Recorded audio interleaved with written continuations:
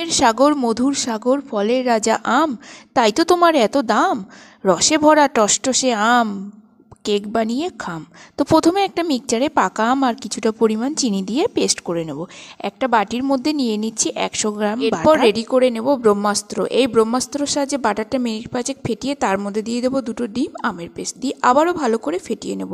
এবারে একটা চালুনি রেখে তার মধ্যে দিয়ে দিলাম ময়দা, cornflour, baking powder, baking soda আর দেব সামান্য লবণ দিয়ে ভালো করে জিনিসগুলো ভালো করে চেলে নেব। এর মধ্যে দিয়ে দেবো ম্যাঙ্গো এসেন্স, আমি এখানে ম্যাঙ্গো অ্যারোমা দিচ্ছি, দিয়ে আবারও এই ব্রহ্মাস্ত্রর সাহায্যে ভালো করে মিশিয়ে নিয়ে কেক মোল্ডের বাটিতে ঢেলে দেবো। এরপর গ্যাস জ্বালিয়ে বড় একটা গামলা বসিয়ে দেবো, তার মধ্যে ম্যাঙ্গো কেকের বাটিটা বসিয়ে দিয়ে ঢাকনা লাগিয়ে দেবো। এরপরে হবে একদম ম্যাজিক। 10, 20, 30, 40 মিনিট পরে আপনার কেকটা রেডি। সবাই মিলে বলুন হ্যাপি বার্থডে টু ইউ।